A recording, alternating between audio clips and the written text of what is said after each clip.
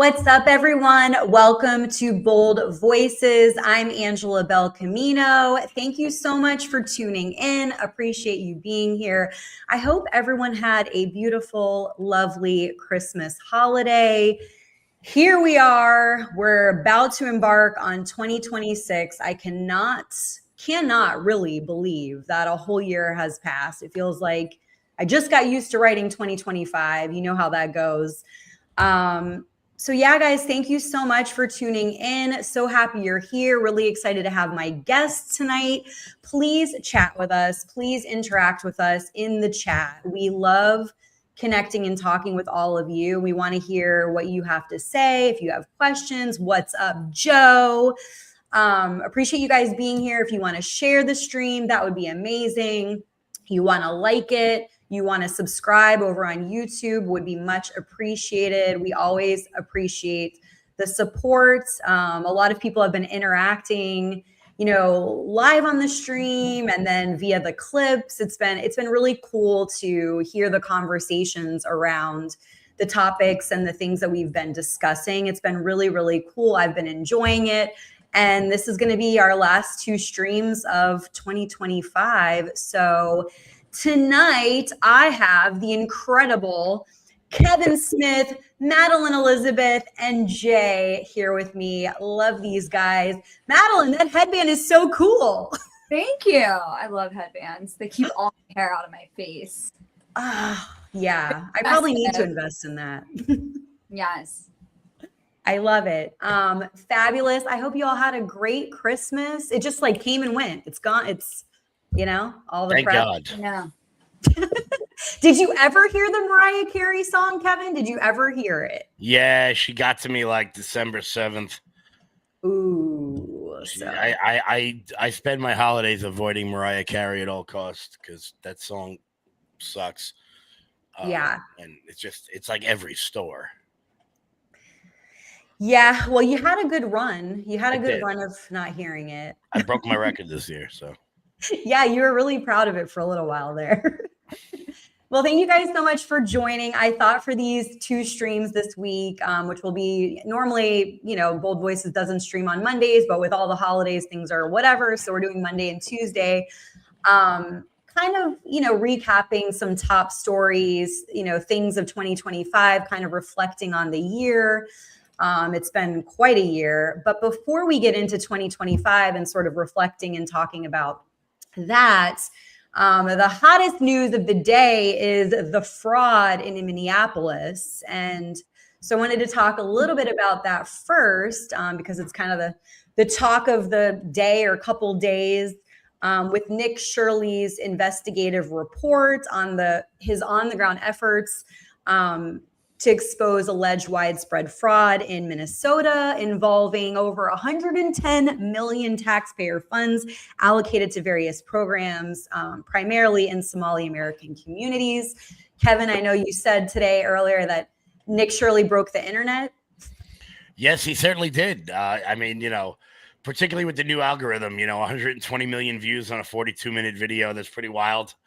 Where, the new algorithm where you can stick your head out the window and yell and more people would hear it.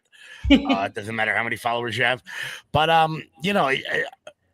was talking about it today on the show that, what I love most about it is, I do love the exposing of the fraud that we all knew was happening. But it also really shows people that, if you have an iPhone, you're a journalist at this point. And a lot of people are, oh, he's not a real journalist. He didn't do that. Well, the reason why Nick Shirley was able to do this is because the mainstream chose not to, and what he did, he didn't, break the earth here. He wasn't uncovering, the treasure on Oak Island. All he did was just connect dots that were there already and put it out for the world to see. And I think it's great for the future of independent journalism, for the future of stories that the media chooses not to care about.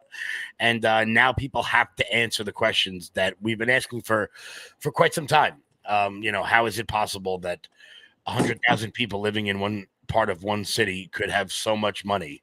There's Bentleys and Ferraris rolling around Lincoln Park, Minneapolis right now. And I don't know how that's possible. And people are starting to ask the question. So shout out to Nick for, I think he gained like 700,000 followers in like 2 days. I'm like, Wow. I feel bad for his phone. Well, that being said, let's watch a little clip of Nick's viral vid. To be closed. No one's opening the doors. You work here? I was, yeah. What's happened? Where are the kids? Yeah? It says it's licensed for 74 children.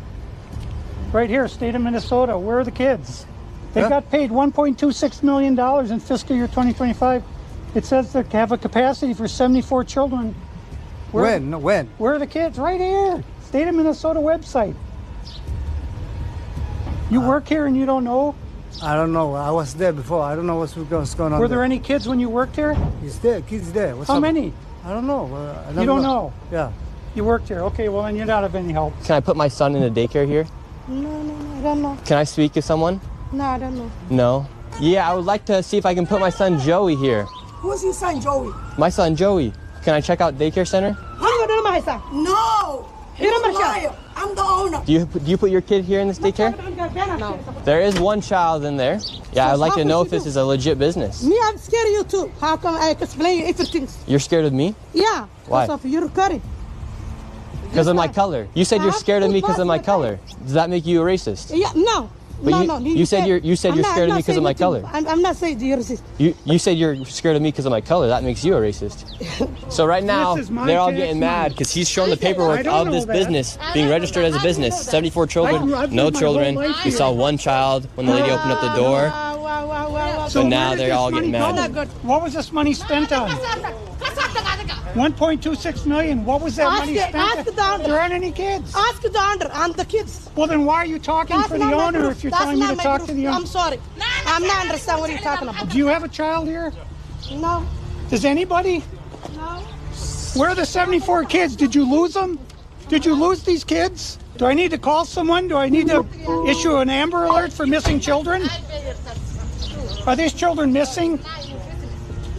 It's not my business that children are missing. 74 infants and toddlers, preschool. The proof's right there. There's no children anywhere. It's from the state of Minnesota right here.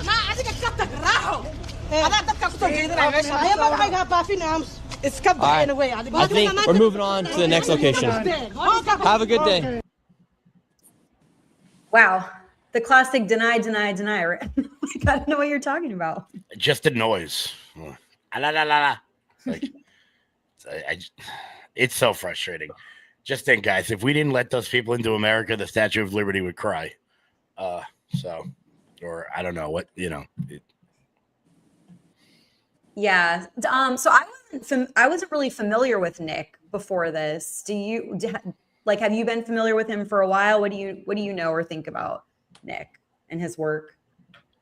I mean, yeah, he does a lot of this stuff. This is the biggest one he had. Probably the biggest one before that was he went down, as we all know, he went down Canal Street and filmed everybody selling the stolen merchandise, and which everyone always did on Canal Street. But now it's like run by like Congolese gangs, which is so much different than just like street hustlers playing 3-card Monte. He got punched in the face at that one. But he's an up and comer doing these sorts of things, and this was obviously his break, and I hope he keeps doing more of them. I definitely respect it. I mean, in terms of, we've talked a lot recently about transparency, right? And asking questions and getting answers and like having the facts and the real information out there. Well, I mean, it exposes the bias too. Like it's so blatant that it's not even funny. Like the Star Tribune, the Pioneer Press, all the Minnesota press agencies and stuff like that, they're suppressing it. They're not covering any of it. It's just not even like they're not even looking to be honest. They're not even looking to be fair. They're not even looking to, like, they have a clear agenda, and this doesn't fit it, and so they're not going to cover it. They have no intention of doing that. They're gonna, and the other part is it's bigger than this. Like the politicians, right? They're getting kickbacks from these people. They're getting kickbacks for looking the other way. Are the media companies getting kickbacks for it? Probably. Why wouldn't they cover it? Why wouldn't they cover the biggest story in America? it doesn't make any sense. If they were covering it, everybody would be looking. They would that's money for them. That's the business that they're in. So why wouldn't they cover it? Are they getting kickbacks for it? I would assume so. Yeah, so Joe's saying that the fraud was known, but it kept getting swept under the rug by the state. I mean, it sounds like from what I was kind of looking into, this has kind of been going on there for years with the pandemic and different, like they've sort of been looking into different things that were happening for several years. And the thing is too is like when you see Kash Patel say that they're sending a swarm of FBI agents and they're going into a business or whatever, like a low level business, the thing that I automatically assume is, oh, okay, absolutely nothing's gonna happen now. That's the first thing that I assume, because that's what's gonna happen. They are not gonna go after politicians. They are not gonna, when you send them into these businesses or whatever, and you're talking to the low level guys or whatever, they're not gonna take down these politicians that were looking the other way, that were basically in on the fraud. They were getting kickbacks for all this stuff, it's just a joke. It's so frustrating to watch the DOJ just fucking fumble the football every single time. I'm telling you right now, the Department of Justice can make or break conservatives in 2026. They absolutely can, and they're gonna fucking break us. I'm telling you, they're not gonna do shit. I think we have to question Todd Blanche. Who is he, the one that's running DOJ, or is Pam Bondi? Todd Blanche worked for Obama. He was a Democrat, a well-known Democrat for years. I know his son. It's either he's the godfather for Adam Schiff, or Adam Schiff he is the godfather of his son. Not sure, but how he started representing Trump when all of the indictments came on Trump, and now he's a part of this administration. The DOJ is a complete disaster. I saw Vance tweet about it, and it's like, I don't want to see tweets about it from the DOJ. I don't want to see tweets about it from Cash, from Vance. I don't want to see an email, them raising more money on it. Let's just see you guys actually take action. Vance, go follow the trail. What is Bondi going to do? Are we going to see indictments? This is insane. And again, with the transparency and great work on his part, we're going to continue to see guys like Nick step up and step out and shine, because that age range is who is being affected by all of the things that are going on. They are the ones that are saying, coming out of college, and do I have a job? They are the ones that are looking and can't buy a home. Or when they go back to their hometowns look like hell again. And they're like, what happened to the town I once knew?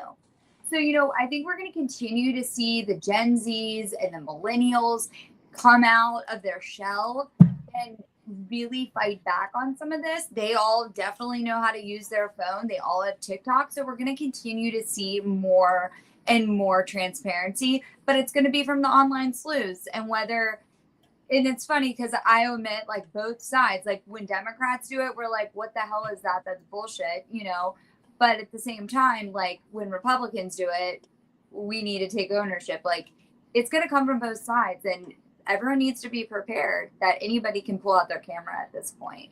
Absolutely. You're totally right, and I wish more people would. I can't tell you how many people send me tips about like school board meetings and stuff, and I'm like, did you record it?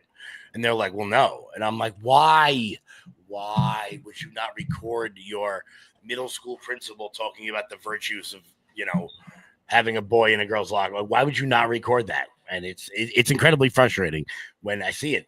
But this Somali population in Minnesota, I don't think people understand the size or the scope of it. Minneapolis has 430,000 people in it.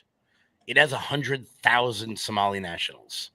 Yeah, that is I mean, look, we're in New York. Having ethnic enclaves is not weird. You go to Flushing, it's all Koreans. You go to Howard Beach, it's all Italians. You go to Broad Channel, it's all Irish. But it is not a quarter of the city. So why would Jacob Fry or Tim Walz or what the hell is that? Peggy Flanagan? Why would any of them roll over on this community when they know if they arrest one of them, they're going to lose 100,000 votes like that and be primaried by someone exceedingly worse, like Omar Fatah, who in fact is not the captain now, but does look like the guy. I don't care what anybody says. He really. It's not a race thing. It's you look like the actor who played the part. But Kevin, real quick, just to touch on your point, where in big cities, a lot of these people, they come and they build their families. Chinatown's when they moved into New York City, families started coming to certain parts of towns. Italians come to different parts, just like in Pittsburgh, there's Bloomfield, Little Italy, and there's Little Italian in New York. Everyone knows where to go. If you're on the shore, what you're getting. It is what it is.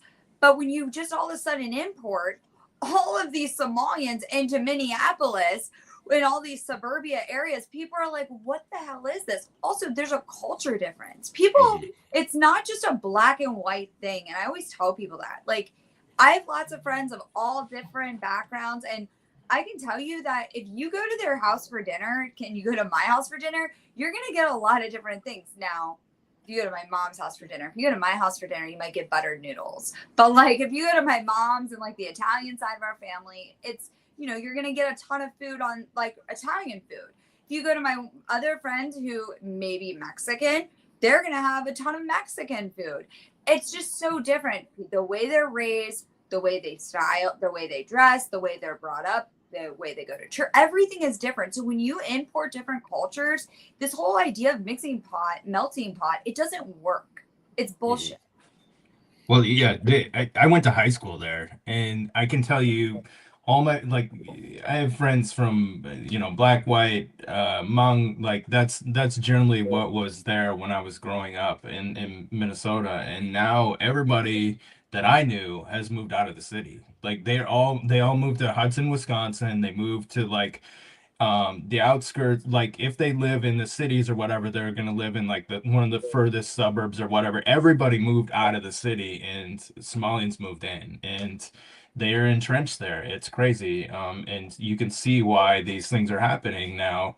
Um, it's just it's frustrating for me why we can't get any action from the DOJ, why we can't get the FBI to go after the big fish.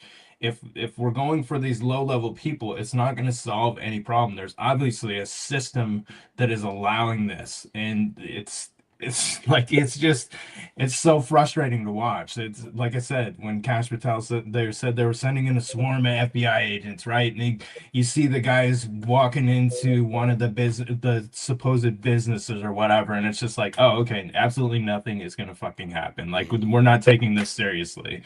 Like literally, the governor is involved in this, and they need to go after the big fish. They're not afraid if you're just going to go in and go after these onesie twosie mom and pop places. Yeah. Also, and you know what? Not for nothing, but I don't really think that we should have to house somebody for 12 years if they get convicted of fraud. Like they should just leave. Yeah. They should be gone. Like I don't think the Minnesota taxpayers should have to build a new prison just for the Somali fraudsters. And Minnesota's going to be tough because of who the attorney general is, Keith Ellison, who is one of the highest ranking members in the Nation of Islam in America. And look, that is just, the people, ethnics, very religious people, they protect their own. And I don't see Keith Ellison dropping the hammer on these people. I really don't, because, he's going to do whatever Farrakhan tells him to do. And I said this, I think I said this another time on one of Angela's shows that, Republicans were going into these cities, ISIS, Homeland Security, and we're kind of gaslighting these different people. We're gaslighting these cities. But then it's the mayors that are saying, stand out, you don't have to go home. It's all okay. Don't listen to them. If we don't start seeing arrests, if we don't start seeing indictments come, nothing will ever change. I said that they should have arrested the Chicago mayor months ago when he said no and let Antifa just storm our ICE agents. And then look what happened in DC with our servicemen just before Christmas. It's insane. And now this is a great example. I mean, I keep looking at I thought Trump would want to seek revenge. I mean, he always talks about revenge. Well, at the end of the day, there was hundreds. He had so many indictments. Why is Bondi not going after these people? We know indictments can happen. And I don't want to hear another House hearing. I'm so tired of House hearings. Nobody cares about a damn House hearing. Right. I don't care. Yeah, James We Comer all is. know. We know the truth. Like the facts are the facts. Like I don't. Especially when half of the House hearings are behind closed doors. Like they brought Jack Smith in, and they did. I'm like, what were you guys? That's so. If you're gonna do it, if you're gonna do a pointless political exercise like a House hearing, at least get the fundraising clip so that we can share it on Twitter. Like, doing it like just sitting back and it's ridiculous. But that's the problem. Is all they keep doing is talking, tweeting, and creating fundraising clips on it. And nobody's actually getting anything done. And the bottom line is this: they only have so long to start seeing. The American people want to start seeing indictments. Midterms are around the corner. And if we lose the House, it is not going to be that easy for the Trump administration to continue out their plan for the rest of this term. Oh yeah, all those show trials that we hate from Comer and all those guys. If we lose the House, as useless as they are, they end immediately. Mike Johnson needs to go. He is so bad at this. Mike Johnson's terrible. Him and Chuck Schumer are like this. Their Hanukkah party made my skin crawl together. They're like, they represent, if there is a uniparty, they represent it, and they make me want to just like die when I see the two of them together. Because Mike Johnson acted like, Schumer shut down. That's bullshit. I know you two get drinks. I know you two are together, and you guys hosted a Hanukkah party, and you're not even Jewish. Heads up, Mike Johnson, you're not Jewish. Why are you dealing with Hanukkah parties and not dealing with other things that need done in the House? Yeah. Like, these are the problems. Yeah, if there was a poster child for low T in America, it should have fucking Mike Johnson's picture on it. Honestly, like, he is so feckless. Like, I'm so tired of this guy. Like, he has had an entire year to accomplish anything in the House, and he's accomplished nothing. They basically same exact budget. Really, not a lot of change. Like, we have. No, they had to push 100 bills into one, so the American people don't even know it's there. We're supposed to be we are supposed to love small government, small bills, and we just put everything into a big bill because Mike Johnson couldn't get the job done. Mm-hmm. And also, that's why so many are leaving Congress, because I think so many people, see the writing on the wall for the midterms, so they're getting out while the getting's good, or they're someone like Troy Nehls, who, isn't the best, but he's been on the better side, who's probably just sitting there going, this is all bullshit. Like, if Tim Burchett was like, I'm done with all of this, I'm going home, I'm going to go back to my ranch or whatever the hell they do in Tennessee, I wouldn't blame him. He's one of the good ones. He's one of the few good ones. I've said for a long time, Susie Wiles, like, as a PR person and a spin person, she's great at what she does. When I found out she was going to be the chief of staff, I about died because I knew what this term would look like. She's great at playing the political game, and she has led the way for that. She's a huge fan of Mike Johnson. A lot of people forget that Susie Wiles ran Netanyahu's campaign, which is very odd. People don't talk about that. But Susie Wiles did that. She's a big fan of Mike Johnson, and, she toots the horn for Pam Bondi. There's a few people that are pretty close, and they all continue to cover each other. And until we break up this, this power, and until Trump's ready to really voice it, nothing's going to happen. Yeah, definitely sounds like people are ready to see some action. Like, put your money where your mouth is, show me the money, do some things. Some interesting comments going on here in the chat. Unpopular opinion, Johnson somehow managed to get the tax bill through. The problem is there is a 2-vote margin. Well, yeah, he got the tax bill through, but how much bullshit was inside of it? And it was supposed to be different appropriations bills so that we could all vote on them. That was what Matt Gaetz did with the Kevin with the Kevin McCarthy thing. It was supposed to be different, and he just omnibusted it right through. No one has any idea what's in it.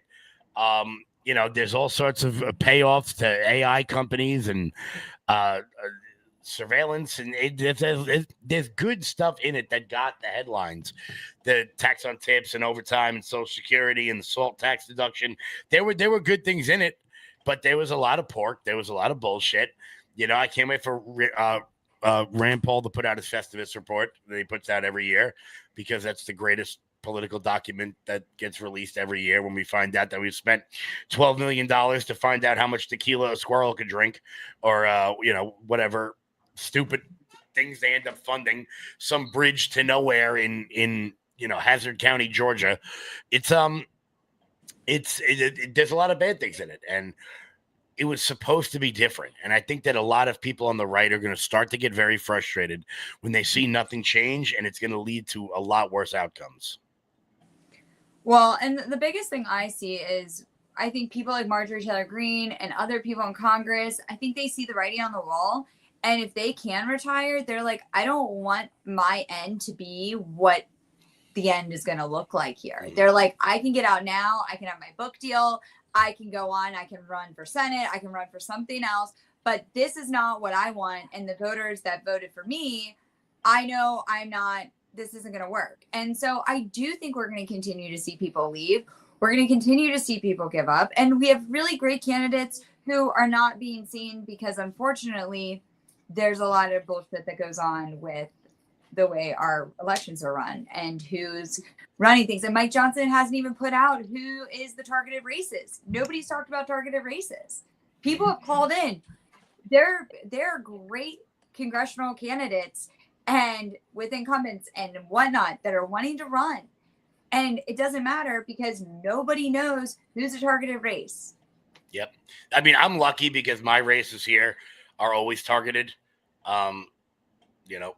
Races, a lot of, I always tell clients, just tell them your race is targeted. You should always go in thinking your race is targeted. But at the end of the day, it makes a huge difference when there's support in DC coming for you. Oh, right? Absolutely. Especially when the RNC is out there boasting, oh, we've got 90 million cash on hand. Oh, really? Well, where was that for Jack Ciattarelli? Because you certainly didn't put any out in New Jersey. I had to call an RNC. I had to call the previous head of RNC like a week ago, because I couldn't get through to people in the house that I was supposed to get a hold of, because nobody wants to fucking work. They're all going to Hanukkah parties, and half of them say they're Christian. I don't understand it. I'm like, I'm lost. Well, I go to Hanukkah parties because I like potato pancakes. I'm all for going to plain dreidel, but like, we have work to do too. Like, the clock doesn't stop. Yeah. No, you're right. And hopefully, I mean, we're getting past the new year here, so hopefully, come January, people start removing their heads from their asses, or there's going to be a bloodbath in 26. I mean, I'm talking like a Newt Gingrich Tea Party style, like, thumping for Republicans, and it's not going to be good. There's going to be, everyone in this administration will be impeached. Happy Kwanzaa, Joe. Happy Kwanzaa. I still have no idea, and this isn't me being like, Christmas is my thing. I still have no idea what Kwanzaa is. I don't know. It's a made-up holiday. I don't know who celebrates. It's a made-up fucking holiday. But someone celebrates it. Like, which people? It's a Black Panther made-up holiday by an FBI informant. Like, that's literally what it is. And so Sharpton made it up? No, I forget the name. It's like, I don't remember. It's like something Shakur or something like that. But it's like Asada Shakur. It's something like that. Yeah, it might Tupac's be. aunt? No, it's. I think it might be. I don't know. It's something like that. But it's Joe said Byron Donalds. Oh yeah, he put out a tweet about Kwanzaa. He got pretty well roasted for that one. But I'm not going to roast Byron Donalds, because if you ever met him, he eats fucking burritos bigger than me, and I'm terrified of him. He's like, Byron Donalds is the biggest person you'll ever see. Like, if you ever see like a professional defensive lineman, and you're like, whoa, like you're that big. He's that big. We appreciate Bud Green watching too. Yeah. Angela, get a real job. No one cares. Thank you for watching, Bud. I tend to think that people do care. He cares enough to watch you on YouTube. Yeah, like, right? He's watching and commenting. Thank you for the comment, Bud. Please keep We supporting. appreciate it. Yeah, exactly. We'll take it. Here, we're happy you're here. Thank you. Bud Green 7B. All right, well, you suck. I know. Why don't you go by your name? I love when people that don't use their own face, their own name. It's like, I have an idea. Until you have like your real name, not your like stripper name as your handle, like, and some AI picture that isn't you, don't come at me because like that's bullshit too. You can't hide behind a fake account and want to call me out. At least I'm the same person. My ID matches who I am. Yeah. My stripper name is not Jay for the record too. And I'll tell you what, if I ran into a stripper named Black Hawk, I'm getting the hell out of that titty bowl. Yeah, there you go. Real quick. I don't know what's about to happen, but I don't think I'm gonna like it. Yeah. No, I always laugh like when these Anon accounts come at me. I'm like, and I read their Twitter names, or like I got like a Rumpelstiltskin yelling at me the other day. I was like, imagine if we turned all these people into like strippers. Like it would be hilarious. I wish they were strippers, but they're like men who have never touched a breast. Like they're like 25 and can't like grow a beard. Like I just want to. Well, I would say I want to slap every one of them, but you know. Did that already. So it's just you should, like, if you're verified on Elon, listen, honey, if you're verified on Twitter, you shouldn't be able to see accounts with less than 50 followers that isn't verified. That would clean up so much mental health stuff. Cause I got one right here. Debate me, fat Jew. He's got 3 followers and a picture of Fuentes flipping the bird. Here we go. You're built exactly like a fucking penguin. Which the worst is when you get in is like I like had to quit getting into spaces and listening because you'd listen to these people fight with somebody and I'd go look at this person's account and they had like 12 followers and they're like had 5 tweets and I'm like, why are we fighting with this person? We don't even know who it is. Twitter Spaces used to be great. Now they're just like boomer group therapy sessions. Yeah. Yeah, I used to love Spaces, but now I just don't even like. I'll support friends who are trying to do them or whatever, but like. There's 2 topics that they talk about. They talk about Gaza and they talk about Israel. It's one or the other. They're gonna either be pro Gaza or pro Israel. That's all Spaces. We're gonna get a lot of shit. I have a feeling Gaza is gonna be the topic. I feel like January. I feel like Trump's good because I think with the Fed coming in May, I think they're gonna want to get all the bad PR out. So I have a really good feeling that they're going to like let Israel do what they want to do because I do think Jared Kushner and I do believe they want to rebuild Gaza for some reason. So I think they're going to do a few things in the Middle East the first month or 2.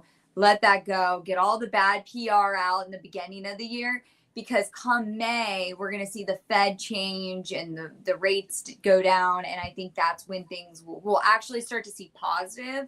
But I think the first couple months of the year are going to be a shit show. If I'm going to be fair. Well, you know what? I do think that the economy will bounce back after Kevin Hassett takes over at the Fed and lowers the rates. But people are going, and this is not like look. I helped Trump get elected all 3 times. But this isn't like a point about that. It's just based on the new tax bracketing system and the no taxes on overtime. And most people not changing their withholdings or their withdrawals, you're going to see over the next couple of months a market boom and major tax refund checks simply and without them even doing anything. And Bessent is very honestly of everyone in the cabinet, and other than Lee Zeldin because he's my favorite because. I love Lee Zeldin. He's the one that actually has gotten shit done. And then look, I mean, I say this all the time. If there's a scandal about Lee Zeldin and you want an objective take, do not come on my show. I owe that man my life in every way. But Bessent, such a great job at the EPA. But Bessent is like I trust him probably more than I trust anybody else in this because he's like a boring finance guy. Like that, every time he talks, I'm like, oh my God, you sound like my accountant. Just get to the end of the sentence. But you know what they've set up for 26, I think, tax particularly for the first 2 quarters, and then with Hassett coming in well, I think it's going to be Kevin Hassett as Fed chair. He's going to cut the rates by a whole percentage point, like the first meeting of the Fed. So while this is not financial advice, you may want to buy into index funds. Just an idea, but I think there is going to be a market boom coming over the next couple months. Which, if there isn't, if this thing stays the way it is, the bloodbath is going to be exponentially worse. Yeah. I want to go back to Richard's comment and see what you guys think. What's being overlooked is the DOJ, FBI, and DHS are a construct of the feds. They're managed by the feds. Patel is not free to be a lone ranger. He's being given directives and will give you just enough to keep the pitchforks off. Well, Well, I mean, Patel is just the front man or whatever, but like he was given the task to overhaul the FBI, right? To overhaul it and to run down these things. And so, in terms of like, it's a really tough task what we've asked him to do, because you just don't grow FBI agents in a couple months, right? It doesn't work that way. These guys, most of them are career professionals. They've been in other law enforcement agencies, and you can't just recruit them and send them to training and completely overhaul. See, there's Madeline. There was the eye roll. You cannot just grow. He's like Clip it. watching as he talks. Clip it. No, I can't not see it. But you cannot just grow these agents overnight. But the thing is like if I don't know. Like, you have to get serious about some of these things. You have to, like, they said that they were going to come in and shut down the FBI and shutter the headquarters and do all these things. Well, you need to follow through on some of this stuff, because nobody's taking you seriously because you're not doing the things that you said you were going to do. And so they're continuing on. They're not doing what we need them to do. We're not, like, they're completely, like, they're politically biased in terms of like what cases they go after, the people that they really seriously go after. And the thing is like, people are like, whoa, the wheels of justice take time or whatever. Well, they only seem to take time for conservatives, because I can tell you right now, when Democrats take over in 2028, they're gonna fucking come after conservatives like no other, and they're gonna keep people in jail before you even know what happened. And they're not gonna need to investigate. They're not gonna need to look at these cases 5 years or whatever. Like, they will come after conservatives like never before, and they don't give a shit. And so they better keep that in mind, because this ends very quickly if we don't get serious about it. I tell you what, though, the jail in Connecticut, that federal prison, if we lose in 2028, it is going to be awesome. We're all going to be there. It's going to be a party on the yard. Everyone here, we're all going away. It's gonna be a good time. No, I will just go off grid like Rambo. Like, oh, dude, I'll be in Cuba. Are you kidding me? I'll be kicking it with Elvis. I think Cash Patel's done a terrible job. I think he's done a terrible job representing himself and representing the FBI. And that's, he talked a huge game. He went on every podcast. Joe Rogan talked about all the exposing all the fraud, exposing all these people. The way he talks to people who question him, who he knows how conservatives feel about the FBI. He used to be, yes, he was a federal agent before he ran the FBI. He knows how we all feel about it. So for him to get up and become the head of the FBI and ask why us Republicans are asking him questions and be like insulted by it, I don't know why he's playing stupid. He's now treating us the same way all these other assholes have treated us before. And no, I think he's done a terrible job representing himself, representing the FBI, and continuing to show us that, no, we're not going to be transparent. And let's be real. Bongino can sit there and tell us all Cash has been there and he's been great and whatnot. Bongino would not be leaving this if this was not what he signed up to do. I think Dan got like we were talking about it before. A lot of people were just like, fuck this, I am out. And Bongino, he used to go so hard in the paint, and I would watch him on different news interviews recently, and he looks scared out of his mind, because it's almost like he wants to tell us the truth, because Dan used to go off on tangents on his show and go nuts, and he couldn't. And I feel like he's like, I can't keep doing this. And from what I'm hearing, because I talked to a lot of people, a lot of reporters being in PR and whatnot, like I talked to somebody, DOJ, New York Times today, and him and I were talking about the Bongino stuff, and they said that him and Bondi had a huge fight, and there was a huge separation before Thanksgiving, and it was the beginning of the end for Bongino. Well, look, I absolutely believe that. I mean, look, Pam Bondi has been a disappointment in a myriad of ways, but not only has she been a disappointment, but she's the unforced errors. Like, I could give you the benefit of the doubt for a little bit when it comes to like what Jay was saying, that you can't just grow new FBI agents. But like, there's in the movie Casino, I don't know if you guys have ever seen it. It's one of my favorite movies. There's a scene where a guy gets hit for 3 jackpots within like 10 minutes. And Robert De Niro's character goes, either you were too stupid to notice it was happening or you were in on it. Either way, you're out of here. And that initial release with the binders, like who saw, and look, I know half of the people that were in that room, they are good people. I'm friends with Jack and Scott and Emily and a bunch of the people that are there. They're good people, and they got made to look like fucking idiots. And if I were them, I'd be really pissed. Half of them weren't even reporters. Like Scott Pressler, like he hasn't told me this, but I know for a fact he was like, "Why am I getting this?" Like, he's not. He said it in his face. Like he said it. He didn't know why he was there. That when he was called to the White House, he was like, "Of course I'll go there." They didn't tell him anything. So he explained the whole thing in one of my spaces, and he said that nothing was mentioned of the Epstein binders. Nothing, like they said that they were bringing influencers in there. They were going to talk to them. They were going to talk to them about like PR stuff or whatever. And then they presented them the binders or whatever. And then they're like, "What's going on?" Like, so, anyways, but the thing about like the Pam Bondi, like Trump, like I wouldn't have given her as long as Trump has. Like I get the whole he's loyal to people that are loyal to him or whatever, but like I fully expected him to replace her by summer, and to her still be in there and absolutely nothing happening, like it's infuriating to conservatives. Like they're tired of being let down. They're tired. Like we ran his entire campaign about truth, transparency, equal justice, running down like these criminals and stuff like that, and absolutely nothing has happened, and they're frustrated. If we lose in 2026, it's because conservatives don't show up.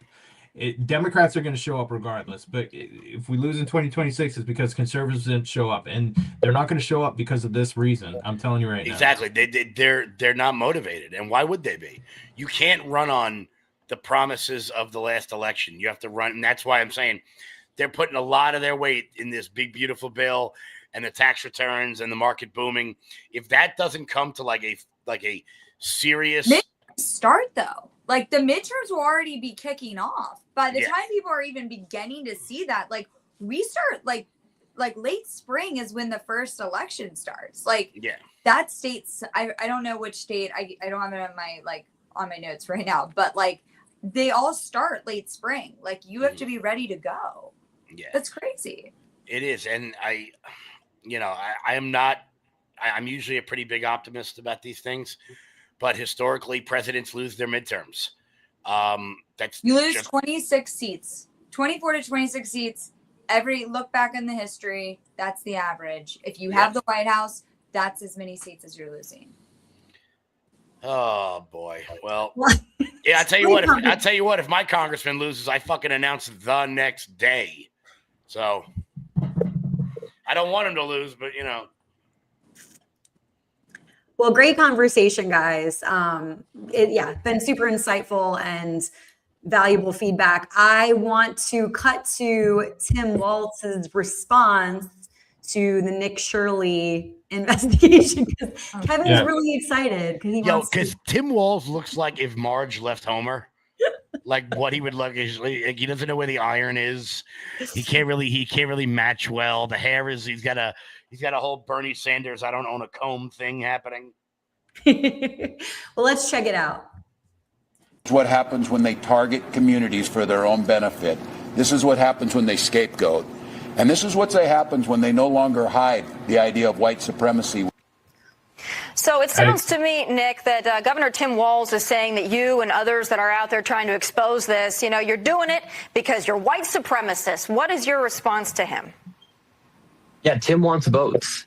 There are entire apartment complexes where white people have been pushed out of these apartment complexes because Somalians have taken over, and they're inside of these towns like Minneapolis where they can go get votes from these people. And if you have 100,000 people that will vote for you because you're going to enable and let this stuff happen, and because you're going to call a white person racist for calling out facts, this is what's going to happen to a state like Minnesota. Minnesotans, they say Minnesota nice, but they are very upset. And I totally understand why they're upset, because they don't have a governor who's actually working for them, that he's actually working against them. Nick, your video's been viewed 93 million times. What do you think will be the result of this? Do you think that things will change because of bringing attention to this, or do you think it'll be much the same, swept under the rug and keep moving forward? Yeah, there better be change. People are demanding it. The investigations have been launched just from that video alone. And so there better be change because, like I said, we work way too hard to be paying taxes. We work way too hard to be not knowing where our money's going. And at the end of the day, the people in the government, they work for us. We don't work for them. And so it's their responsibility to hold these people accountable. And so if there's not something that's happened, people are going to be very frustrated. And so if President Trump's watching this, it's time to really get down to nitty gritty and to make a difference in this place of Minnesota that is pretty much like Somaliland right now. What? White supremacy? My thoughts exactly. What? Yeah. What? Absolutely ridiculous. That's their go-to. But I mean, it's just it's crazy. Like they have nothing else to stand on. They can't say, well, there's no fraud or anything like that. That it's just white supremacists coming after us or whatever. But I feel like that's also like so 10 years ago. Like that line just doesn't work anymore. The liberals eat that shit up, though. I'm telling you, like they literally. I mean, just look online. They come after you with the same tropes, the same things. They're saying, post something on TikTok or whatever. Like, just look at all the fucking comments that you get from there. Like I posted about sending Somalis home for the holidays, and it was a nice gesture for President Trump to do that or whatever. It went viral on TikTok. But the thing is like, just look at some of the fucking comments that I get on there. It's just crazy. Oh my God. There's a video that's out right now. I don't know if you guys saw it. The Leering Center apparently now has a bunch of kids at it. Yeah, because they know, and they're trying to cover up exactly they understand, like, because multiple families are probably in on the hustle, right? And so they're like, okay, well, let's cover it up. Let's make sure we got kids in there so we can pretend like we're actually doing the right thing or whatever. And they weren't doing the right thing. That's so stupid. Like, it's so infuriating. Bad. Yeah, it's so really sad because American people, like most voters, daycare was a huge issue. COVID babies, right. A lot of daycare shut down during COVID. And then a lot of people, there was an uptick in having children during COVID. And so when all the COVID babies came about, a lot of people couldn't find daycare. Daycare is outrageous, the cost of it. And then on top of that, all these daycares, the reason the cost has gone up on top of having to pay the teachers' salaries and everything else with inflation, there's all these demands they have to meet. They have to meet all the guidelines from their states to even stay open. And so if you're honest, and that's what's crazy to me, because it's like, I think of all of the daycares that do exist, they are barely surviving. They can barely keep daycare teachers. But then we have this, and so the American people, if they want children, but they have to work, they're struggling to even find a daycare. But then we have these Somali people in Minnesota who can just have some ricochet daycare and just bank in millions of dollars. See, when I was growing up, there was an old lady in the neighborhood that watched all of us. Like, she got us all up to, like, all the guys in the neighborhood. And over the summer, she watched us when we were, young and our parents were working. And then, like, every regulation in the world came in. It was just an old lady down the street who was trying to make a little extra money to get by. And she raised the neighborhood. And that woman was like a god in my town. Like, she didn't pay for a sandwich, not a slice of pizza, anywhere she went. Miss Carol, she watched everybody. And, like, kept a lot of us off the street. And now you have to have a master's degree in early childhood education to make $24 an hour to work at a daycare. Angela, I didn't know if you wanted me to leave that up there, but yeah. Sorry, I had the other thing up there, so I took it down and it was there, and then it disappeared. It's my favorite meme of the day so far. Somali daycare owners in Minnesota right now. The two kings from Coming to America. Well, every state's different, but I know some states like Kentucky, Ohio, you can have 5 or 6 children max if you are like have an in-home daycare, and that's it. And because after like 5, you have to have like a helper. Yeah. And so it's like, that's great. It's all crazy to me. But the fact is the people that, again, try to do it right, they're out here struggling. They're paying their taxes. They're trying to keep the kids fed, keep the state off their back. They're trying to meet all the demands, especially after COVID. And now, of course, we have these people who can just open a daycare and just bring in millions of dollars. That's Millions upon crazy. and the money is Yeah. It don't cost that much to watch kids, bro. Like it just doesn't. I don't care how many of them you got in your daycare. It doesn't cost $8 million a year to watch children. I'm sorry. What, you put on Bob the Builder and take a nap? Like, it is so.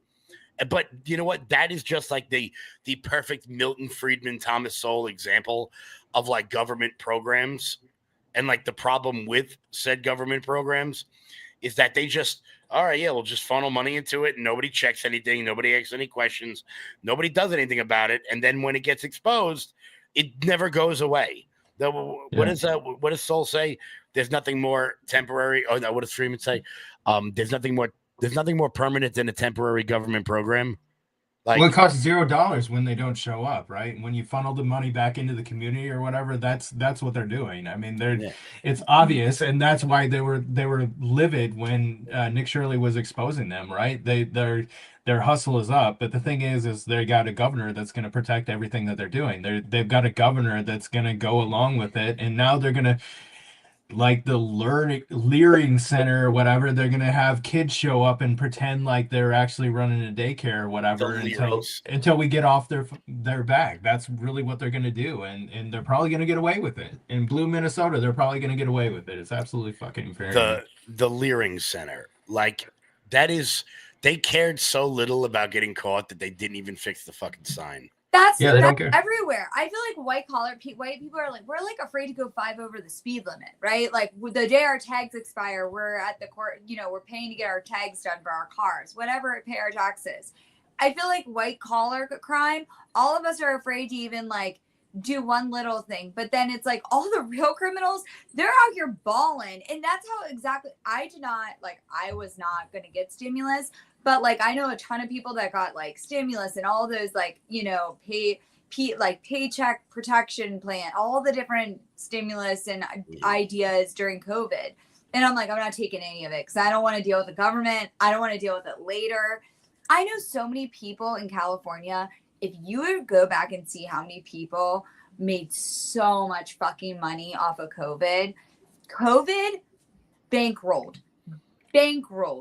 California. Ilhan Omar's husband got $600K in fucking PPP loan. Like, yeah, PPP. What was his business was her like campaign?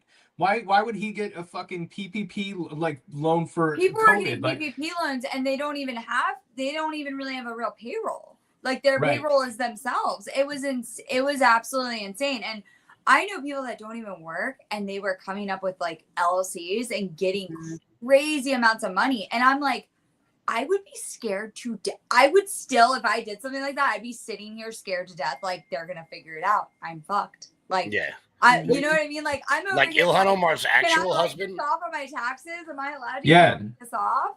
The white dude, he got like over $600K in PPP loan. You ever notice that all the liberals who hate white people the most all marry white men? Have you ever seen a picture of AOC and her like fiance? They look like Timu, like Harry and fucking Meghan. Like they all marry white people. Kamala Harris married a white dude. It's a hustle. Ilhan Omar. They all marry white guys. I don't know. Unless you marry your brother. Maybe it's different for Smallings. That's what maybe the new marriage is a front for the old marriage, because she married her brother.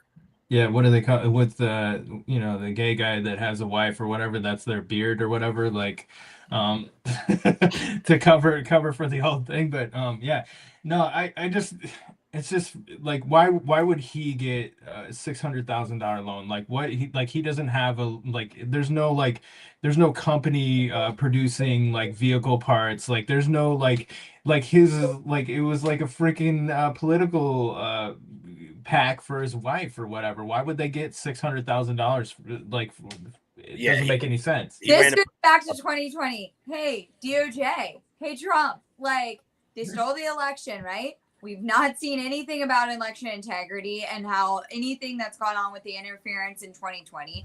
And then we've also not seen, which means, Trump, you're still going to look like you lied. And then again, why have we not seen anything about the pandemic? Well, Fauci, or I know, what about all the stimulus money that was stolen? And taxpayers are still paying out their ass. Like, but here's the other thing. Trump just turned back on for all the hardworking Americans. They all now have to continue paying their debt, paying their student loans. All of these things are now being turned back on. That's fine. I'm okay with that. But at the same time, why are we not going after all these criminals? Why don't we get money from them? Because why? Why are we letting dollars go into all these people? Where's the $8 billion for the Medicaid fraud? Where's the $8 billion in Medicaid fraud in Minnesota? Like where did that money go? Why aren't those people in prison? Why aren't we selling their fucking Ferraris? Like what in the hell is going on with that? Like that's I want to know where I can buy the government auction Ferrari, by the way. I got a feeling I could probably do some damage with that. I'll go down 8th Avenue at like 2:30 in the morning. I'm down out with shotgun. I am so like this. It's like conversations like this, and like I am scared if DOJ doesn't do anything and the administration doesn't step up. God forbid if Gavin Newsom wins. You think we have a problem in Minnesota, guys? We are like 30 to 50,000 people, 30 to 50,000 people more than import in. We're done. Like our country is over. It's over. Well, these are all very fair questions. A lot of, where's the money going? Where's it being spent? I think you guys might have seen this, but Ange said that Nick Shirley posted that daycare is officially now shut down. Oh, maybe that's an old video. There's like a new liberal troll online who thinks nobody knows who he is. He's actually just like some really, really rich kid that tries to shit on Trump every day. I know him.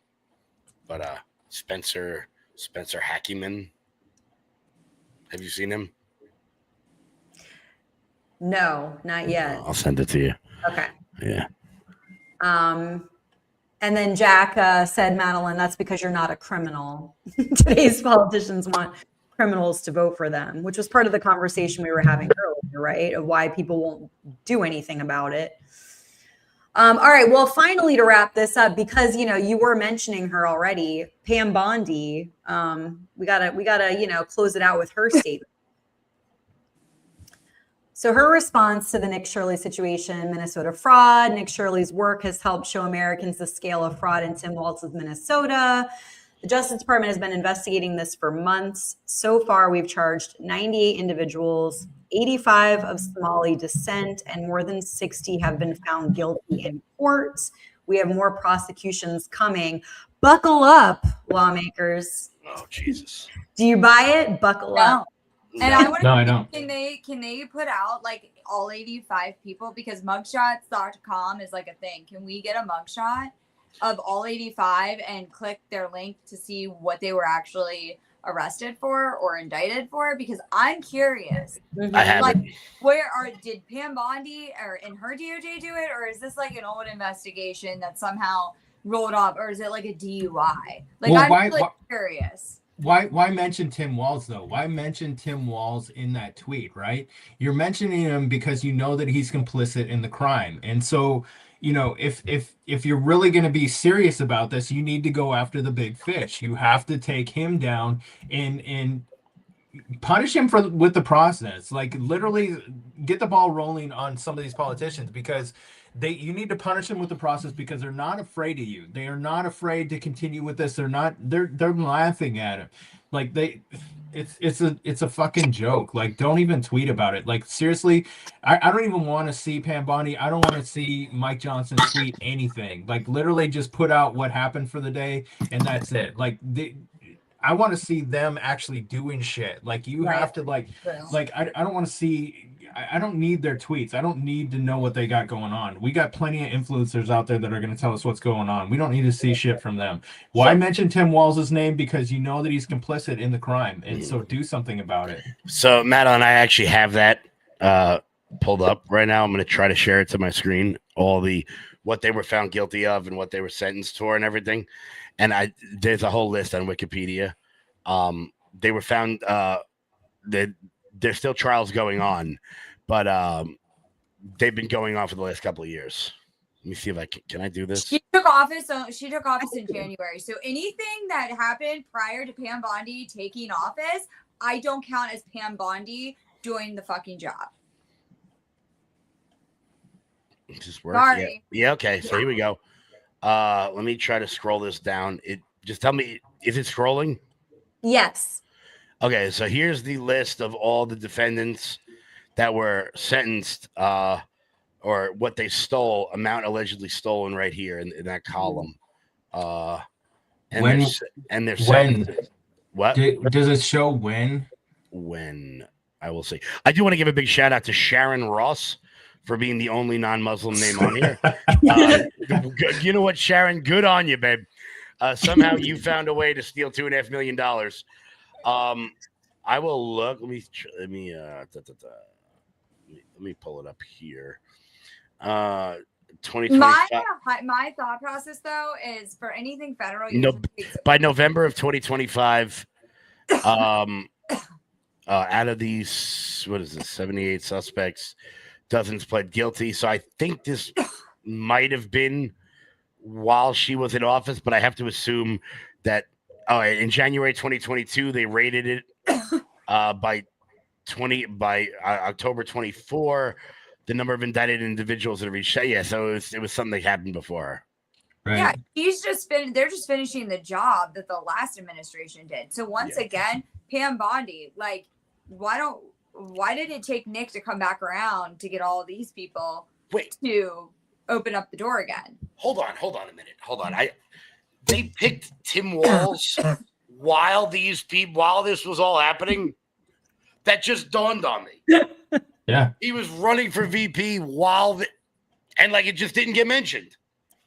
Yeah. Kamala Harris talks a lot of trash apparently about him in her book. Well, yeah, because why? Look, Kamala Harris sucks, like bad, but even she was like, really?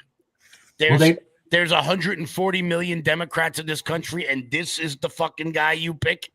Like him of anybody? Like, yeah, they picked him because he's a veteran is one thing. So they wanted like somebody with the veteran status or whatever, so they can pretend like he's a good guy or whatever. But like he's not actually. Like he abandoned his soldiers before deployment. Tim Walz was the same rank that I was. I just didn't claim sergeant major fraudulently like he did. And so, and also too, I didn't abandon my soldiers before deployment like he did. He got out of his deployment or whatever. So he's, it's a clear case for stolen valor. He was never sergeant major. He claimed sergeant major, and he was actually a master sergeant. Well, he's just a knucklehead. You remember that? He's a knucklehead. So he made up the fact that he was at, the most famous protest in the history of the world. Because he's a knucklehead. Like, I don't know. Just the fact that they picked him, and he's not going away. He's a piece of shit. He's a piece of shit. At least they also couldn't pick anyone that was that smart or that would outshine Kamala because she was supposed to be she was running for president. So they had to find someone a little almost as her. That's a great meme, by the way. They had to pick somebody dumber every time or whatever. Yeah. Tim Walz was the dumbest. So that's like Obama had to pick somebody dumber than him. He chose Biden. Biden chose Kamala, and then Kamala chose Tim Walz. So who's growing really frustrated from what I hear is Tulsi Gabbard. Tulsi Gabbard's pissed about the Russiagate things with Obama, all the stuff that has come out that she's uncovered. And apparently she's not happy because she's turned over a ton of documents and a ton to the DOJ, and they've done absolutely nothing with it. Yeah, she stuck her neck out there, right? She did exactly what we wanted her to do, to expose the fraud, expose the crimes, expose the whatever, the spying, all the shit that they've been doing or whatever behind the scenes or whatever, and then nothing is happening. That's She is just as frustrated. Podcast recently. I don't remember if it was Sean Ryan or Tucker, but it was one of those big ones that you see everywhere. And I saw a few of the short clips too, and I was like, she's done. Like, I had already heard from like different rumors from around the DOJ halls, but then when I was in DC, I was talking to people about it. But then when I saw her on that podcast, I was like, no, she's pissed. She's done. She gave up her career. She was the darling child of the Democratic Party that actually probably could have like brought them back to reality, saved them. She probably would have been a presidential pick, maybe not 28, but maybe 32, if she had just shut up and like played the game for a little bit. Like, you know, she's a veteran, she's a woman, she's not white, she's hot. Like, it would have worked perfectly. But she gave it all up to do what was right, and now she's the only one seeming to do what's right. And if I was her, I'd be bad. Look, there's a lot of people in this admin that I can imagine being real pissed off that got in, like Dan and Tulsi, that got in thinking they were going to do the right thing, and for whatever reason, we don't know. Elon Musk. He's so frustrated with. He did Doge. He put everything on hold. He did Doge or whatever. They exposed all this fraud. They put it all out there. He recruited this team of fucking fantastic kids to help expose it. And then absolutely nothing happened. They fucking refunded every single thing that they exposed. Like, it's just fucking Speaking of headlines, infuriating. Like Elon Musk, everything. Angela, I don't know if this is like on topic for tonight, but like, have we talked about the Susie Wiles Vanity Fair? Like, did you cover it in a show and I miss it? Because I know it. Like, I've always said she's a problem. Like, I've already said it in the show earlier. But, like, is anyone going to actually talk about the fact that, like, right before Christmas, Susie Wiles had, like, an entire interview where she talked shit about everybody in this interview? And it's recorded. She acted in the administration, like, wants everyone to believe her and, like, stick up for it. Like, this is a record. Like, hot take, this is recorded. She did 11 interviews with Vanity Fair. Like, why you're sitting down with print media at this point for any reason? Like, look, you want to go on CNN, you want to go on ABC. I think that's good. You know, you have to fight in their world. But like Vanity Fair, what is this, 1996? Who gives a shit about Vanity Fair? Like, you know, did Miley Cyrus's nipple fall out? Like, who cares about these people? Like, she sat down for 11 interviews with them. Well, the interview she gave before the holiday, and everybody really let it. I was surprised how quick conservatives were to let that go. I think it's because of when it dropped. Like, it dropped right before the holiday, and and then they were pissed because the close-up picture to Caroline Leavitt where you could see her lip injections and like her blemishes, which, like, no hard feelings, like, not trying to be rude to Caroline Leavitt, but that's like, I feel like conservatives wanted to like stand up for her, and we just completely forgot the whole story of Susie Wiles trashed everybody in this interview. It was crazy. I still can't believe no one's brought it back up. I think the only thing I heard about it was about like her saying that Trump had an alcoholic's personality, right? That came out of that. Yeah, which, like, guess what? He does. Like, that's why he doesn't drink. That's the thing that I think people talk about. She talked trash on Vance. She talked trash on everybody. Everybody. She said Vance, I think she doesn't even like Trump. It's just politically expedient. Yeah. And then once that came out, then all the people who yell about Palantir were like, it's all a game. Everyone knows that. It's a game. It's all for Peter Thiel. And I'm like, all right, guys, maybe you're right, but you know, you're turning into the Bitcoin people. Like we were talking about Twitter Spaces before. You want to derail a Twitter Space? Just go in and say Bitcoin isn't real, and then leave. Yeah. But yeah, no, I mean, you're right. It hasn't been talked about very much, Madeline. So I was just curious if anyone. Yeah. take on it because I was like super shocked how quick it went away. Well, right, because it sounds real juicy or spicy or both of those things. Well, she's very controlling of the Trump cabinet. You know, especially during the transition, nobody could tweet out anything. Everything had to go through Susie Wiles. Me and one other person were kind of the people to expose Susie Wiles on her not liking Elon because she couldn't control him. And when we put the story out, when I had him put the story out, like a couple hours later, you'll see Susie Wiles walking to the helicopter lawn with like little X and Elon. And I'm like, wow, what a PR spin. And all my friends started calling me.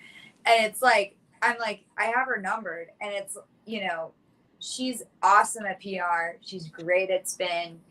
She knows the political game. But like, I think it's crazy that we're going to continue to let these people, again, Trump needs to stand up for his administration. This is his term, not anybody else's. And it really scares me that nobody is reminding Trump. Like, he has all yes man in the White House right now. And then there's a lot of people playing their own game. Yeah. Well, these have all been such great points throughout this conversation so far. Really great. So I guess with our remaining time, we'll move on to kind of chatting. You know, I kind of naturally thought going into the new year, you know, kind of reflecting on big things that have come out of the year, moments, headlines. For me, obviously, a big standout was the assassination of Charlie Kirk. And I've just really been thinking a lot, you know, because mental health is so important to me. And just thinking about myself as well, and this whole transition of leaving New York and coming to Florida and what that was all about. And it's all kind of wrapped up into that. And just from so many people over this, you know, recently that I've talked to, it has had such a major impact. The violent crime media coverage and things happening back to back, and the footage being so graphic, spreading so quickly like never before. It's a completely new dynamic to what we've seen in past decades, just clips within seconds circulating. And then you've got, the social media algorithms. Everyone has a smartphone, as you were mentioning earlier. Social media algorithms are pushing shocking clips. There's live streaming. It's just out there and it's unfiltered, and can just be seen so easily and just amplifies a lot. And so I just kind of wanted to talk a little bit about, you know, your thoughts about that, how you all are doing with it. And I guess just raises some different questions, like should platforms police content more strictly?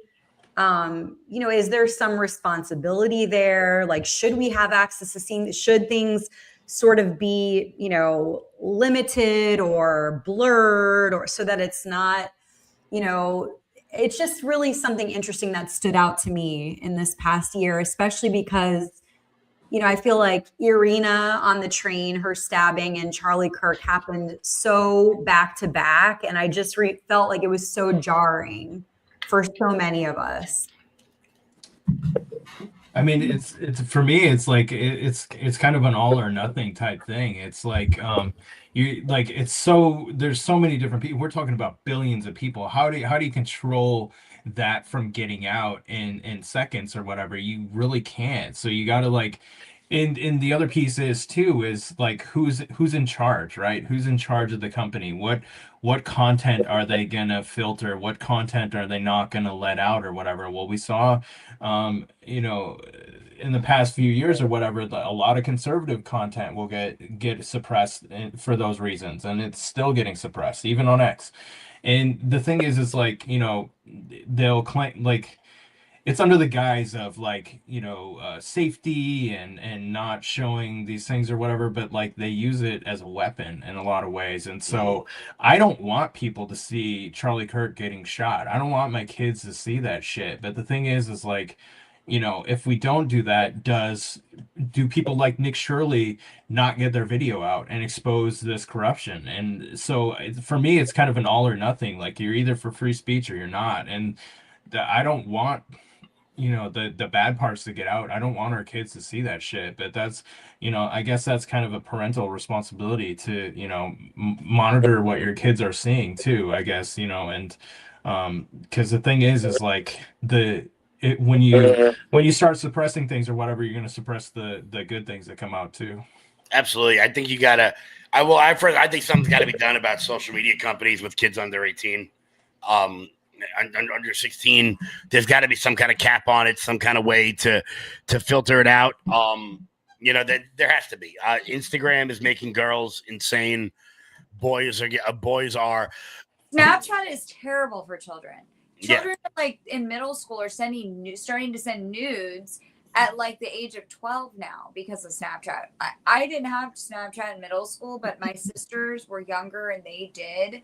And when I watched what they went through with Snapchat and like the things they were seeing and like the messages at such a young age, I'm like, they live a completely different life than like all of us did. Even like the way kids interact with Snapchat. Like I remember a kid in high school is one of my friend's kids asked me if I got a girl's snap instead of like her number. And I was like, why would I do that? And then I realized that you don't actually have to know the person.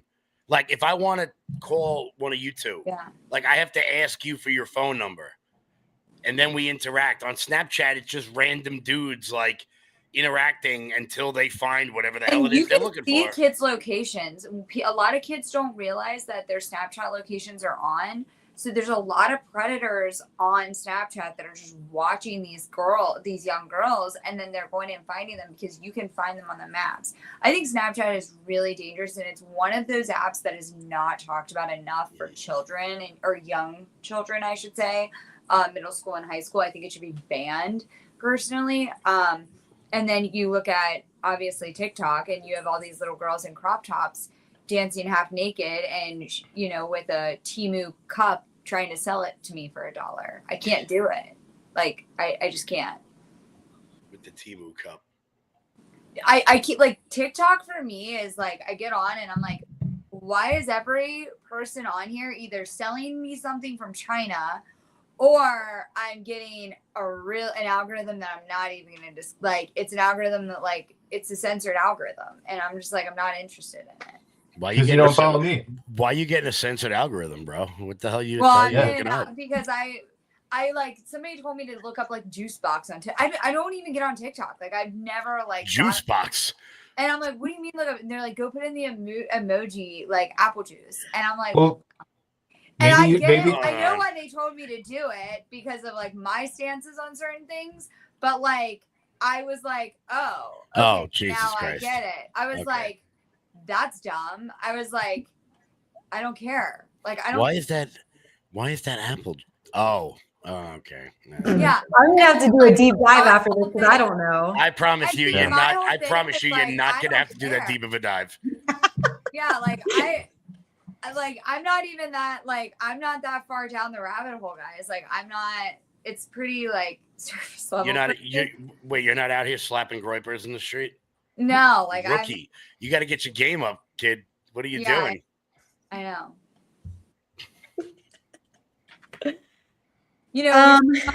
White supremacy. I feel like the new one is anti-Semitic. Like that's like the new word. Like it used to be like, oh, you're a white supremacist, you're a racist. Now you're an anti-Semite. Yeah, people are throwing a lot of that around, right? It's the Nazi, the fascist, all well, you know what the problem with it is? I'm like, if this is hot and dangerous, I'm out. Where's Kesha? Like, I'm going down the Kesha road at this rate. Hot and dangerous. Oh, great. Thank you. I'll be singing that song all night now. Thank you. You know what it is that when you use words like that flippantly, all you do is give cover to the people that actually are.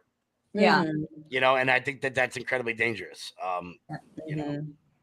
Yeah, you got to reserve it for the real thing, right? Exactly. The word loses its meaning. Because if not, you dilute the phrase, and then it just becomes like what it is. And look, there are definitely anti-Semites out there. There 100% are. Like, just like there are racists, but they don't have that. The word doesn't have the bite anymore because it's used so just like right, la-di-da, throwing it around. Right. Right, like Nick Shirley is not a fucking Nazi, like out to get like the Somali community, right? He's out there, he's doing like he's exposing fraud. Like it has nothing to do with race. It wouldn't matter if they were Somali, it wouldn't matter if they were white. Like he's out there to expose fraud, people that are getting government funds that shouldn't be getting government funds on fake fucking, daycares. Like that's what he's doing, but it's just stupid. I'm already singing the song. Like We're going to distract you. I know. Ange said, just look at the Bondi shooting. The Australian government ordered all media outlets to remove the videos. X is the only platform that would not comply. That was also traumatic footage. Absolutely. And then I don't think banning social media for under a certain age works. That's a parent's responsibility, which is sort of what Jay was saying too. Yeah, I mean, I think that it's tough because parents now are not dealing. They're not. The world is so much different now. Look, I'm 36. I don't know how old you guys are, but like we grew up relatively, but we grew up relatively the same way as our parents. And things were a little different. We had video games and shit like that, but it wasn't like as social media infused where like if you have the phone, like even my father with my niece and nephews, he's like, oh, don't worry, I put the parental controls on, and I'm like, sure, Dad. Yeah, I'm sure you did. Well, like also moms and like a lot of us are like posting our kids all the time. A lot of the moms are out here shaking their ass with their kids and like using their kids to get likes. As much as I don't want to say that, I think like there's some that's going to be another interesting question. Like back in the day when kids, were on TV, there was certain rights the kids got to money and whatnot. I'm really interested to see, as in time, all these kids that are all in their diapers and are growing up on their parents' TikToks, if they're going to hit them with, if there's any going to ever come of anything where kids get a certain amount of money for being in the TikToks or being in the social media, because it hasn't been discussed, but it's going to come because there's a royalty that all these child actors and actresses dealt with their whole lives with their parents. And now we're going to see it, I think, eventually. I want to be clear, when that happens, I hope Elon takes me to Mars. Like, I'm just not ready for that. Take me with you, Elon. I will help you. Well, I won't help you repopulate Mars, but like, I'll do, I'm down. I'll do my part. Really? You're going to stick around for all this, and that's the thing that's sending you to Mars? Yeah. There was, I spoke to a friend of ours who knows Elon, and I said that if a certain person got a job in the White House, that Elon needed to send me to Mars, and then they did, and somehow I'm still here. So I'll text you who it is, Angela. You're gonna laugh. I will laugh. It's exactly who you think it is. But yeah, it was I was like, I don't know. I'm ready to, but you're so right about that. Like, will there be like, is there going to be a case where like some prissy little 16-year-old girl sues her parents for their TikTok following? Probably. Like, that is so fucking weird, man. That's so weird. I'm only assuming that just because, I mean, if you have a kid and your kid, I mean, I post family photos like with my daughter on it, but like I'm not out here posting a TikTok a day, 5 TikToks a day with her walking around half naked or just, and also the things AI can do. I always caution people like posting your kids, like it's going to get really scary people out there. So be careful what you do post of your young children. But like, I do think it's going to be a thing. I think people are going to look back and be like, I don't want my, like all that posted.